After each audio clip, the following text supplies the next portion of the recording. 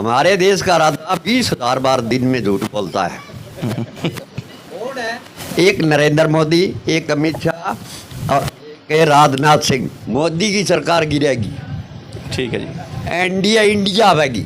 इसके अलावा जो और लोग मौजूद हैं, मोटा मोटी हमारा प्रश्न अभी पूरा नहीं हुआ है। मोटा मोटी एक ही बात है। हाँ जी बाबू जी। 7 लाख सैलजा जीतेगी। ठीक है जी, ठीक। पिछले 10 साल में जैसे भाजपा की गवर्नमेंट हमारे देश में प्रदेश में रही है, हाँ जी तो नशे का प्रकोप बढ़ता गया। बड़ी नौकरियां इस सरकार में नीलाम हो रही है। सिफारिश नहीं, बड़ा पैसा लगा है उसका। ठीक है जी। छोटा जमींदार था, ठीक है, बड़ी पोस्ट मिली, पैसा बहुत बड़ा लगा। इस गवर्नमेंट में ऐसा हो रहा है, ऐसा नहीं होना चाहिए। नहीं होना। इससे पहले जितने भी मेंबर ऑफ पार्लियामेंट हुए हैं, जी, जो अशोक जी का आपने एग्जांपल दे जी, दिया, जी, वो कितनी को बार आके तर से मिल गए या जो आपकी प्रॉब्लम्स थी वो सुन गई। दुग्गल जी यहाँ आए थे, उन्होंने खड़े होके 100 रुपए निकाले अपनी जेब से, निजी कमाई से, उनको दिए, सिर पे हाथ फेरा कि अब की बार जब तुम आओगी तो कुछ देने वाली बन के आओगी। सही है जी। अच्छे वोटों से सांसद चुनी गई, लेकिन उसके बाद आज तक हमने दर्शन नहीं, टीवी में देखा हुआ। अगर एक किसान की सरसों, फॉर एग्जांपल सरसों इन्होंने कर दी भी 20 मन हम लेंगे, अगर किसान की 21 मन सरसों होगी तो वो 1 मन कहाँ ले जाएगा? सही बात। उसका एक एक दाना वहाँ बिकना चाहिए। अगर 3 किलो ऊपर है तो वो जोड़े में डाल के घर ले। ये इस सरकार की पॉलिसी है। मुखिया जी नशा बंद करवाना चाहिए। बहुत बढ़िया जी। नशा इस समय सिरसा में नशा बंद होना चाहिए। तो मुख्य यही है भी, एक तो नशा बंद होना चाहिए और एक रोजगार में कुछ ना कुछ सुधार करना चाहिए। सरकार चलाने के लिए एक विपक्ष अच्छा जरूरी है। हमें पूछने वाला चाहिए हम क्या कर रहे हैं। ये कहते हैं संसद में हमारे सिवा कोई नहीं होना चाहिए। लोकतंत्र में तो विपक्ष होगा तभी लोकतंत्र रहेगा, वरना तो फिर वो डिक्टेटरशिप हो जाएगी। नहीं साहब नहीं, इनको पता ही नहीं है दूसरा आदमी। वो क्या है, इनडायरेक्ट टैक्स है जी, प्रत्यक्ष हमें दिखता नहीं है। लेकिन अल्टीमेटली कस्टमर तो हमें, कष्ट से तो हमें ही मरना है, हमारा नाम ही कस्टमर है जी। तो क्वेश्चन सिर्फ ये कि इतना टैक्स हमने दे दिया और बदले में अगर हमें सुविधाएं नहीं मिले तो हम बोलते क्यों नहीं? 100 रुपये के पीछे हम शोर मचा देंगे। दुकानदार 100 रुपये ले ले, हमें अगर सेवा वापस ना दे, सौदा ना दे, हम शोर मचाएंगे। तो इतना बड़ा टैक्स हम पे करते हैं, उसके लिए हम बोलते क्यों नहीं?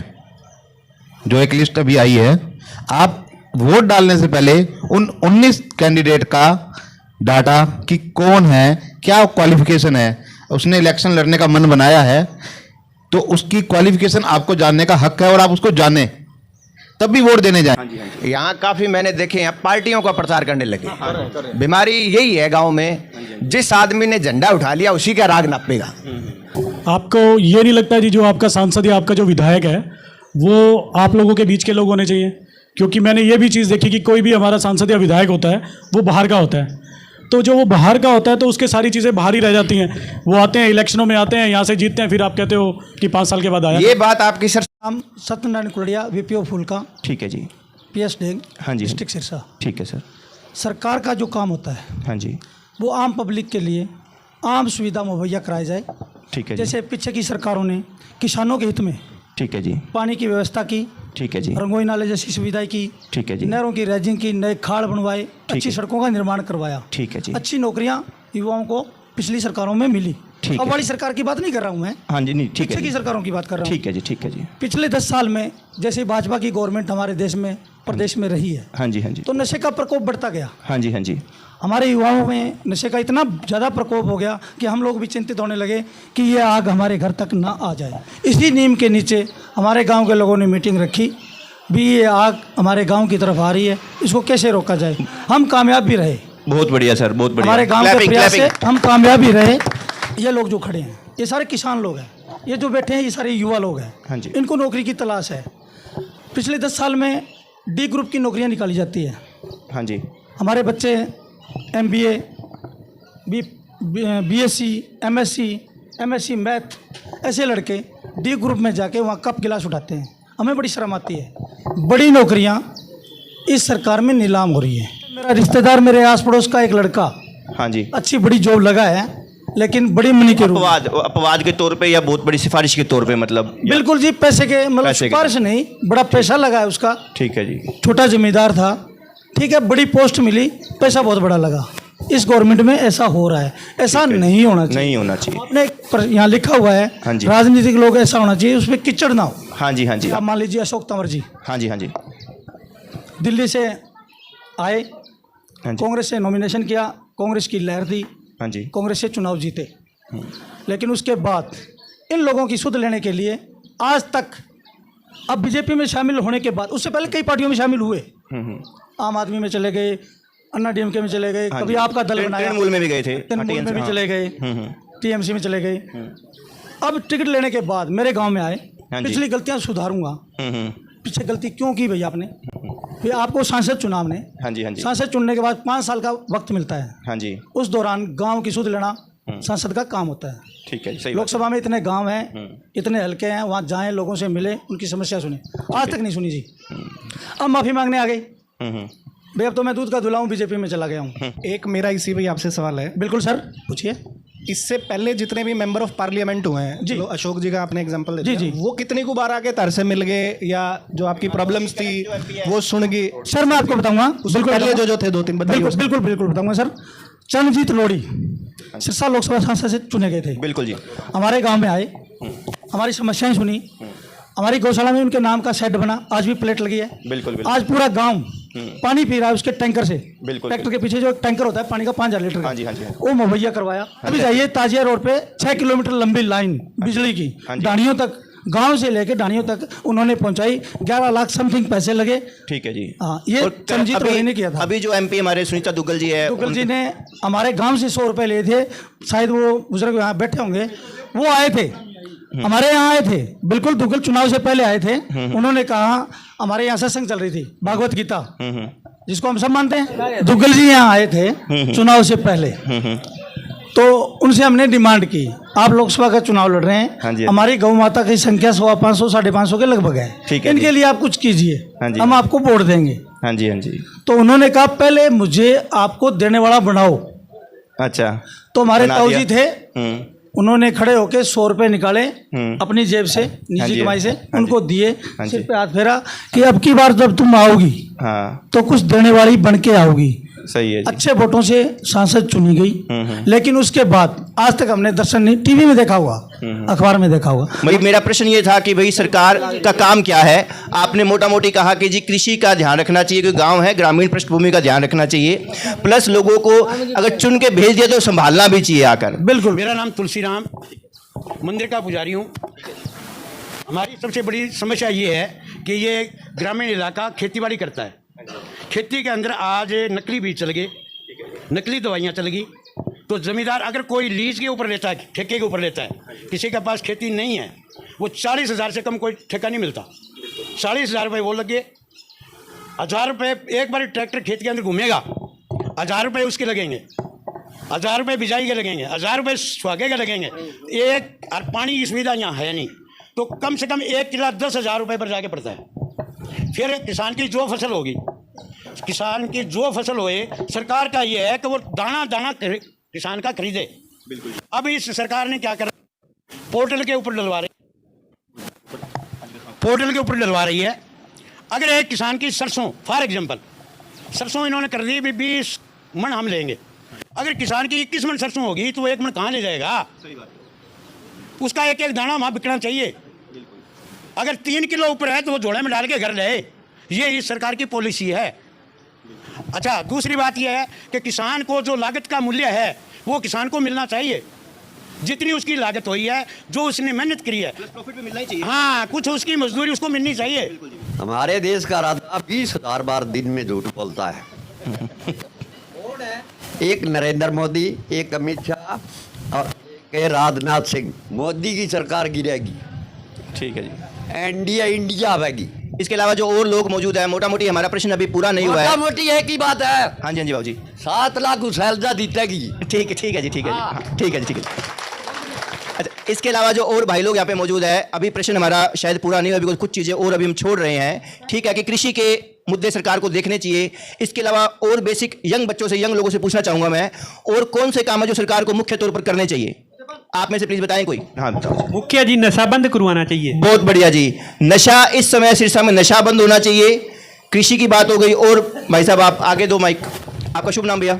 मेरा नाम उदयपाल है जी। हाँ जी, उदयपाल जी। जी, हमारा तो मुख्य यही है भी, एक तो नशा बंद होना चाहिए, ठीक है और जी। एक रोजगार में कुछ ना कुछ सुधार करना चाहिए। रोजगार में सुधार होना, रोजगार के अवसर और पैदा होने चाहिए। अवसर और पैदा होने चाहिए, और जो ये घपलेबाजी चल रही है, हाँ जी, जो हाँ जी। पर्ची चल रही है, जो पैसे चल रहे हैं, उसको बंद करना चाहिए। भी बगैर पर्ची खर्ची के हाँ जी, बगैर रोजगार, पर्ची खर्ची के रोजगार मिलना चाहिए। मेरा प्रश्न ये है कि सरकारी शिक्षा बेहतर स्थिति में है या नहीं है। दूसरा प्रश्न ये कि क्या जो शिक्षा हम प्राप्त करते हैं, हमारा बच्चा नर्सरी में एडमिशन लेता है जी, उसके बाद 20-25 साल की जब उम्र हो जाती है तब BA BCom BSc करके निकलता है जी, उसके बाद वो आर्थिक रूप से पूर्ण तौर पर कामयाब हो जाएगा, हमारी शिक्षा गारंटी देती है क्या जी?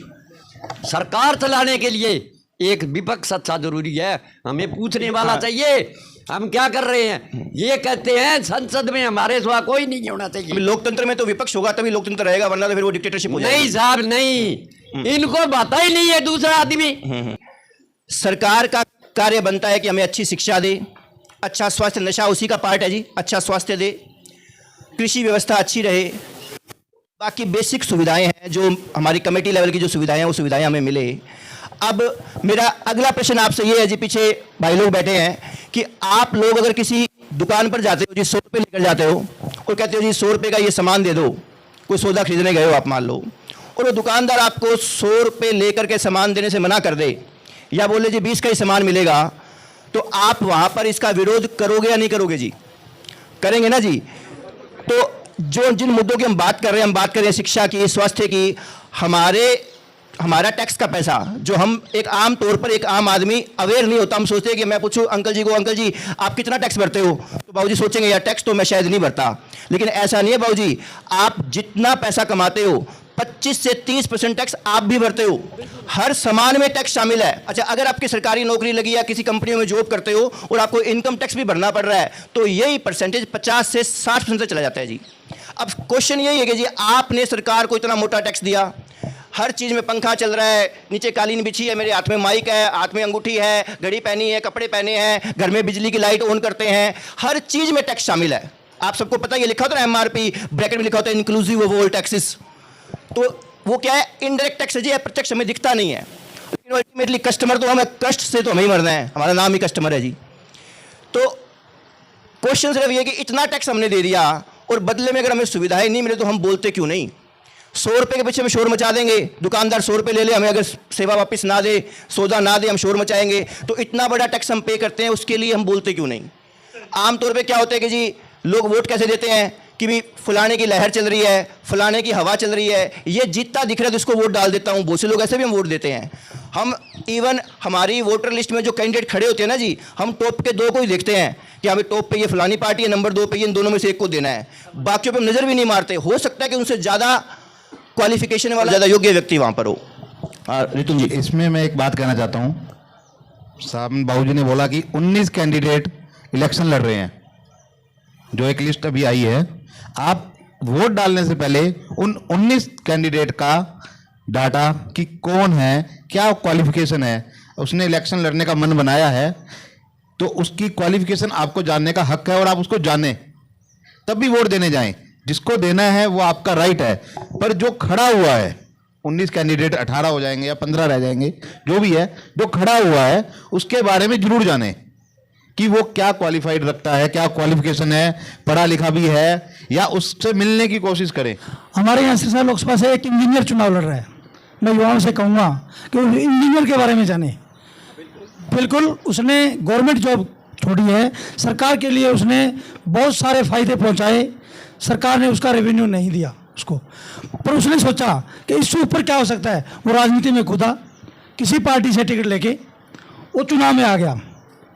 तो मैं युवाओं से ये कहना चाहूँगा कि इंजीनियर का दिमाग पढ़ें कि वो राजनीति में क्यों आया है। काफ़ी बढ़िया प्रोग्राम कराया है, धन्यवाद, इसके लिए आपका आभार है। मेरा नाम सिद्धार्थ कुलड़िया है। यहाँ जो आपने मुद्दे रखे थे उनसे हमारे लोग भटक गए। आपने कहा था कि लोगों के विकास के लिए या जनता के लिए सांसद को क्या करना चाहिए। यहाँ काफ़ी मैंने देखे, यहाँ पार्टियों का प्रचार करने लगे। बीमारी यही है गांव में, जिस आदमी ने झंडा उठा लिया उसी का राग नापेगा। हालांकि वो मुद्दे ही नहीं छोड़े इन्होंने।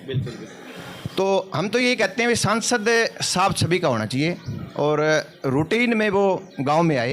अपने यहाँ सबसे बड़ी समस्या है चिट्टे की, नशे की। तो हम ये चाहते हैं भी आगे भविष्य में कोई भी सांसद बने इसको प्राथमिकता दे। उसके बाद में रहती है कृषि डिपार्टमेंट, बिजली का और पानी का। और हमारे गांव में सबसे बड़ी दिक्कत रहती है पानी की। पानी की इसलिए है कि आधे गांव में पानी जाता ही नहीं, हमारे कहानी ख़त्म है। तो हम ऐसा सांसद चुनना चाहते हैं जो हमारे सुख दुख में शामिल हो और पानी, बिजली और शिक्षा की सुविधा करे। आपको ये नहीं लगता जी जो आपका सांसद या आपका जो विधायक है वो आप लोगों के बीच के लोग होने चाहिए? क्योंकि मैंने ये भी चीज़ देखी कि कोई भी हमारा सांसद या विधायक होता है वो बाहर का होता है, तो जो वो बाहर का होता है तो उसके सारी चीज़ें बाहर ही रह जाती हैं। वो आते हैं, इलेक्शनों में आते हैं, यहाँ से जीतते हैं, फिर आप कहते हो कि 5 साल के बाद आया। ये बात आपकी सर ठीक है, लेकिन हमारा जो देश का प्रजातंत्र है ना, उसके अंदर आज तक वो अभी स्थिति है नहीं कि एक लोकल आदमी चुन के आ जाए। नहीं सर, ऐसा क्यों नहीं है जी? ऐसा इसलिए नहीं है, प्रजातंत्र मैं तो आप बताऊं लोगों के आपको, कारण है। मेरी बात बताओ, ऐसा इसलिए नहीं है कि अब यहाँ इतने लोग बैठे हैं, आप ये बताओ एक पे सहमत हो जाएंगे? ये होते नहीं है, पार्टियों से इनके ताल्लुकात अगर हैं। हम एक पे अगर सहमत होने की बात है फिर तो लोकतंत्र खत्म हो जाएगा ना। नहीं, ये तो हम कह ही नहीं लोकतंत्र सकते कि बनते एक पे नहीं हो। है ना। नहीं, क्या होता है सर, इलेक्शन का जो स्ट्रक्चर बना हुआ है अपने देश का, अब आपके यहाँ पे सरपंच साहब जो चुने जाते हैं वो आप लोगों के बीच के होते हैं, ठीक है जी। तो इस तरीके से हर लेवल का एक बंदा। नहीं, अब आप ये देखो 19 कैंडिडेट हैं जी, तो उनमें से काफी लोकल भी होंगे। हाँ जी। आप उनके मत देखना कितने का आएंगे। हाँ जी, मत बड़ी पार्टियों के आते हैं वो लोकसभा पता के। क्या है सर, लोकसभा सबसे की बड़ी बात दिक्कत यहाँ हम आती है। यहाँ पे हम लोकसभा की बात नहीं कर रहे क्योंकि अपने लिए इलेक्शन मुद्दा नहीं है, तो लोकसभा की बात नहीं करेंगे अपन यहाँ पे बात करेंगे हमारे विकास की। हमारे विकास को कौन करेगा? हमारा बंदा करेगा जो हमारे बीच में 5 साल रहेगा। होता क्या है जी, हमारे जो नेता आते हैं वो बहुत पैसा और खर्च सर करते हैं। एक बात मैं हम आपकी उन्हीं नेता काटना की चाहता हूँ यहाँ, publicity को- एक हाँ जी, मिनट, आप ऊपर तक ना जाओ। हाँ जी, आप गांव के लेवल पे आ जाओ। जी गांव का मुखिया होता है सरपंच। जी। आप ये बताओ कितने गांव में ऐसे सरपंच है जो सार्वजनिक सारे काम करते हैं, पार्टी लेवल पे वो करते हैं, वो गांव ही चुनता है उसको। हालांकि जब वो बन जाए उसका काम क्या होता है कि वो सभी का हो गया सर, वही पे तो लेकिन मुद्दा है। 99% ये होता है वो खुद की पार्टी के लोगों से, खुद से जुड़े हुए लोगों का ही सर यहाँ पे यही मुद्दा है कि हमें इसी चीज के ऊपर सोचना है। हमें ये नहीं सोचना कि वो किस पार्टी का, हमें यही सोचना है कि यहाँ पे यही मुद्दा है। हमारे भाइयों को ये पता लगे कि हमें उस बंदे को चुनना है जो हमारे लिए काम करे, जो प्रचार ना करे। अब क्या होगा, अगले इलेक्शन आ जाएंगे, हरियाणा के इलेक्शन तो भी सितंबर अक्टूबर में आ जाएंगे। उसके बाद क्या होगा कि जो जितनी ज़्यादा पब्लिसिटी करेगा, जो मुझे बोलना नहीं चाहिए पब्लिक प्लेटफॉर्म पे, आपको ही पता है, जो पैसे बांटेगा, जो लिकर की दारू नहीं, की आप सप्लाई नहीं करेगा। बोलते, मैं बोलता हूँ। शिक्षा का अभी पिछले काफी सालों से सियासत पैसा चाहिए, बताइए एमएलए अपने आप फिर आ हम जाएगा। कैसे किसी एमएलए से एक्सपेक्ट करेंगे कि वो हमारे बीच में आएगा और हमारे लिए काम करेगा? ये तो सोच बदलनी पड़ेगी। आपने बोला भी मत देखना कितने आएंगे, नीचे वाले लोग कम रह जाते हैं। बस एक छोटी सी बात मैं आपको कहना चाहूँगा, आपके दिमाग से हमारे दिमाग से खेला जाता है। खेला कैसे जाता है कि बड़े लोगों को पता है कि एक चीज़ जो बारी बारी दिखाई जाएगी ना जी, लोग उसी के बारे में सोचना स्टार्ट कर देंगे। अब होता क्या, सारा पैसे का खेल है जी। जिसके पास ज़्यादा पैसा है वो बड़े लेवल पर प्रचार करता है। धरातल पर बंदा कैसा है हम सबको पता, लेकिन बारी बारी क्या उसका महिमा मंडन होता है, बारी बारी उसकी वैन आ रही है, फेसबुक पे उसकी ऐड आ रही है, हर जगह वो बंदा दिख रहा है। फिर उसके जस्ट नीचे वाला वो भी उसको देख के पैसे खर्च करता है, वो भी उसे कम्पीट करने की कोशिश करता है। वो 2-3 ऊपर चमकते रह जाते हैं जी, और हम सब उन 2-3 के बारे में सोचते रह जाते हैं जी। ये एक्चुअली हम वोट नहीं डालते, हमसे वोट डलवाया जा रहा है, हमारी सोच को भी हाईजैक किया जाता है जी। ये पुरानी एक कहावत है। धीरे धीरे जैसे चुनाव नजदीक आता है ना, हाँ जी, हाँ तो जी। लगभग 90% लोगों का दिमाग पलट जाता है वो पब्लिसिटी के कारण। हाँ जी, यही मैं कहना चाह रहा हूँ। रहती है सबसे बड़ी। देखो जी, हम यहाँ पर आपके बीच में है ना, मोटा मोटी यही बात करने आए हैं। अवेयरनेस का मतलब यही है कि ऐसे नहीं है कि जो हमें बारी बारी सुनाया जा रहा है हम उस सूचना को दिमाग के अंदर प्रोसेस ना करें। ये हमें पैसे क्यों ऑफर कर रहा है, मैं तो पब्लिक प्लेटफॉर्म में बोलता भी हूँ, अगर कोई आए आपको पैसे ऑफर करे, आप पैसे भले ही लो, 1 से नहीं 2 से लो, लेकिन उसे वोट कभी मत दो, ठीक है। उसके पास पैसे फालतू बांटने को है, कोई भी अपनी हक हलाल की कमाई पैसे के रूप में नहीं बांट सकता जी। हाँ, कि किसके, देखो जी बाबूजी, आप पार्टी की बात नहीं करते, कोई भी व्यक्ति आए, मैं तो आपको कहता हूँ कि जी पैसे बांट रहे, पैसे लो, खूब पैसे लो, लेकिन आपने वोट ऐसे व्यक्ति को नहीं देना, क्योंकि ये मान के चलिए जो व्यक्ति पैसे बांटकर वोट ले रहा है वो आपके बच्चों के बारे में कभी नहीं सोचेगा जी, वो अपने पैसे पहले पूरे करेगा। आपको वो व्यक्ति चुनना है, एक आपने वो व्यक्ति चुनना है जी जो आपके बच्चों के भविष्य की तरफ देखे, आपके बच्चों की शिक्षा की तरफ देखे, पढ़ाई का सिलेबस देखे। हाँ भाई, ये क्या पढ़ाई करवा रहे हैं हम कि बच्चा पढ़ लिख के कामयाब ही नहीं हो पा रहा। सिर्फ सरकारी नौकरी की बात नहीं है, सिर्फ सरकारी नौकरी सब कुछ नहीं होती, लेकिन बच्चा ऐसा काबिल होकर निकले कि वो अपना स्वरोजगार उत्पन्न कर सके। लेकिन क्या होता है जी, BA BCom करा बच्चे को अलग से कहीं ट्रेनिंग लेनी पड़ रही है, कहीं काम सिखाने भेजते हैं हम कि जा वहाँ जाके उसके अंडर काम कर, काम सीख ले, काम लग जा। इसका मतलब वो एजुकेशन उसको कामयाब कर नहीं रही। दूसरी बात शिक्षा की आती है जी, सॉरी स्वास्थ्य की आती है। एक मेरा आपसे प्रश्न है कि आप में से कितने लोग ये मानते हैं कि सरकारी अस्पताल में बढ़िया इलाज हो जाता है? करोड़ों रुपए की बिल्डिंग बनी हुई है सरकारी अस्पतालों की, और लाखों रुपए तनख्वाह है सरकारी डॉक्टरों की, ये सारा पैसा फिर से कहूंगा किसकी जेब से जा रहा है जी? हमारी जेब से जा रहा है ना जी। सरकारी हॉस्पिटल की 1% आउटपुट नहीं है। हाँ जी, यही 1% आउटपुट पब्लिक के लिए नहीं है। आपकी जेब से पैसा गया जी, आपने उनकी तनख्वाह दी जी, आपने खर्चे हमारे किए जी। भाई साहब ने कहा आउटपुट नहीं है। हाँ जी, हमारे गांव में एक छोटा मिनी हॉस्पिटल मंजूर हुआ था। हाँ जी, उसकी जमीन तक प्रोवाइड नहीं करवाएगी। यही मैं कह रहा हूँ बाबूजी। और अब करवाई गई है। हाँ। तब जिसने पास करवाया था वो इंसान सत्ता से बाहर हो गया। बताओ, हालात वहां से नहीं बदले जाएंगे, हालात यहाँ से बदलने पड़ेंगे। यही मैं कहने आया हूँ जी। प्लेटफार्म यहाँ से होगा तैयार। यही हम सबका मेन कहना है कि हम लोगों ने इस बारी ऐसा व्यक्ति चुनना है। ठीक है, आपको हमेशा बेस्ट मिले जरूरी नहीं है, जो आपको उनमें ठीक लगे उसको वोट डालिए, कोई ठीक ना लगे तो नोटा डालिए। पहली बात तो वोट जरूर डालना है और अपने दिमाग से सोच समझ कर डालना है। जो लाखों करोड़ों रुपए तनख्वाहें आपकी जेब से जारी है और आपको पता नहीं चलता, बस उन्होंने अप्रत्यक्ष कर रख दिया। आपको लगा कि मैं मोबाइल के पैसे देके आया हूं, आपको लगता है 10,000 का मैंने मोबाइल लिया है, आपने मोबाइल तो 6,000 का लिए, 4,000 तो टैक्स दिया उसके ऊपर। अगर आप इस चीज़ में बारी बारी जागोगे ना कि यार मैंने 15,000 महीने खर्चा किया जिसमें से 5,000 सरकार को दिया है, ये बारी बारी सोचोगे तो आप सवाल उठाओगे। लेकिन वो क्या सरकार क्या तेज होती है कि ये अप्रत्यक्ष रूप से लगा दो, जनता को पता ही नहीं चलेगा, इनकी जेब से पैसा निकलता रहेगा, सवाल नहीं उठाएंगे। तो आपको शिक्षा के ऊपर बात करनी चाहिए कि भैया सरकारी जितने टीचर्स हैं, सरकारी जो स्कूल हैं, लाखों करोड़ों रुपए जो हमारी जेब से खर्चा उनके लिए हो रहा है, वहाँ पर हमारे बच्चे पढ़ने जा सकें, हमें प्राइवेट स्कूलों में ना भेजना पड़े। वहाँ पे शिक्षा का लेवल ऐसा होना चाहिए। बिल्कुल कमियाँ होगी सरकारी स्कूलों के अंदर, टीचर्स की सारी कमी नहीं होती, व्यवस्था का भी थोड़ा दिक्कत होती है। ऐसे ही स्वास्थ्य के ऊपर जो लाखों करोड़ रुपए हमारे लग रहे हैं, हमें उसके बदले इलाज मिलना चाहिए। प्राइवेट अस्पताल 50-50 लाख रुपए हमारे लग जाते हैं। बहुत से ऐसे परिवार होते हैं, सोचते हैं कितना खर्चा लगेगा कि जी 50 लाख खर्चा लगेगा, कितने % चांस है बचने के कि जी 10% चांस है, यूँ आंखें बंद कर लेते हैं कि यार पिछला परिवार खत्म हो जाएगा। सर यही बात है, जब बीजेपी गवर्नमेंट ने पेट्रोल डीजल के दाम बढ़ाए थे, हाँ जी, हाँ जी, तो मेरे जैसा एक किसान पेट्रोल लेने चला गया कि तेरे को पता है 100 रुपए लीटर हो गया है। यार अपने पावे 100 हो जाए 200 हो जाए, अपन 100 का फोन है, 100 का लेके चलते हैं। उन्हें पता नहीं सी भी लीटर है, 1/2 लीटर है, 1 लीटर है। गांव के लोगों की सोच, जैसे भाई साहब ने बताया कि हमारे यहाँ विधायक ऐसे चुने जाते हैं जो पैसे खर्च करते हैं। तो आप विधायक ऐसा चुनोगे तो वो विधानसभा में हाजिरी नहीं लगाएगा, वो आपकी आवाज़ नहीं उठाएगा, वो नहीं बताएगा कि फूलका में महाबीमारी है, एक बीमारी है, सड़क है कि नहीं है, पानी है कि नहीं है। बिल्कुल बिल्कुल। आप ऐसा विधायक, ऐसा MP चुनाओ जिसको पैसे से कोई लेना देना ना हो। बिल्कुल। वो संसद में भी जाएगा, वहाँ भी बोलेगा, वो विधानसभा में जाएगा, वहाँ भी बोलेगा भी फूलका की सड़क, सिकंदरपुर से फूलका की सड़क फूटे 1 साल हो गया, उसको क्यों नहीं बना रही सरकार। बिल्कुल सही बात है जी। उस मुद्दा उठेगा। आप अगर जो फूलका से सिकंदरपुर हाईवे पे चढ़ना चाहो तो मेरे हिसाब से आप चढ़ नहीं पाओगे, क्यों आपकी गाड़ी छोटी है। हमारा ट्रैक्टर तो फिर भी चढ़ जाएगा, आपकी गाड़ी नहीं चढ़ पाएगी, क्यों सरकार ने आंख मूंद रखी है। ऐसे ही हमारे MP आए, ऐसे हमारे विधायक आए, पैसे देके 600 मतों से जीत के गोवा चले गए, आज तक विधानसभा में 0% हाजिरी है। मंत्री बनने के लिए सरकार गिरते ही गोवा से फ्लाइट पकड़ी और चंडीगढ़ आया, 6 दिन चंडीगढ़ में डेरा रखा, भी पद मिल जाएगा, लेकिन पद हाथ ना लगा तो फ्लाइट पकड़ी और गोवा चले गए, बाद में दिखने को नहीं है। ऐसे विधायक चुनने की बजाय आप एक गरीब आदमी को विधायक बना दो जो आपकी आवाज को विधानसभा में जाके बुलंद करेगा कि फूलका की सड़क सिकंदरपुर से फूटी हुई है। बहुत बढ़िया जी, फूलका का जोड़ अभी बीच में है। हाँ, ऐसा विधायक हमारा होना चाहिए, ऐसा हमारा MP होना चाहिए।